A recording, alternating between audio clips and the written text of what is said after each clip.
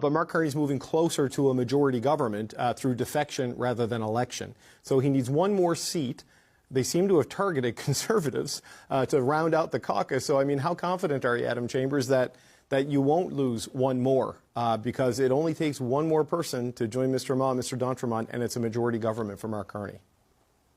Well, let's just take a step back. You know, Mr. Carney, of course, is obviously trying to achieve a majority government. After the last election, he did not elect enough MPs to get his majority government. So he's in fact actually trying to achieve something through these defections that he was not afforded at the ballot box. Yes, of course, people vote for individuals, but as we all know, everyone runs under a party banner. The party affiliation is on the ballot.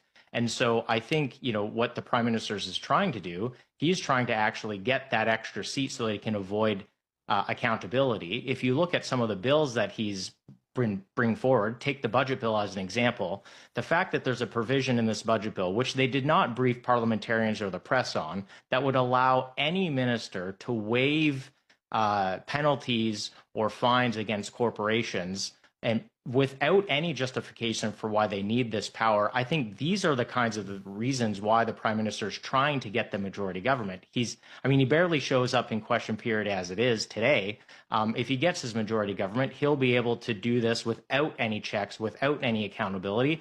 And I think that's what the official opposition is here to do. It's supposed to make sure that the government is operating in a way that's appropriate and is held to account at every possible standard.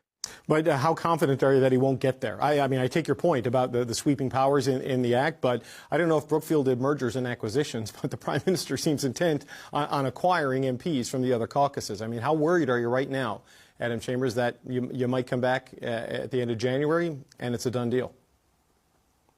Well, I don't have a crystal ball, of course, David, but you know, I think what we need to do as a party, as the official opposition, is to continue to hold the government accountable. If, you know, whatever happens in the future, you know, I don't write the storybook for that. Everyone makes their own decisions. But I think as a party, we seem relatively united around the issues that Canadians care about. And, you know, I'm not in, you know, this job for me personally. I'm in it for my constituents. I'm in it to represent them in Ottawa, but also as a member of the party. And I think that's the framework within I like to work. And I think all of my colleagues like to do that. You know, we will bring ideas to the table. As I said, we will work with the government where it makes sense, and we will oppose them where necessary. We've supported the government on previous legislation. We will continue to do so where it makes sense, but we'll block them and try to work with them and to improve legislation otherwise. But, you know, I don't know what the future will hold. I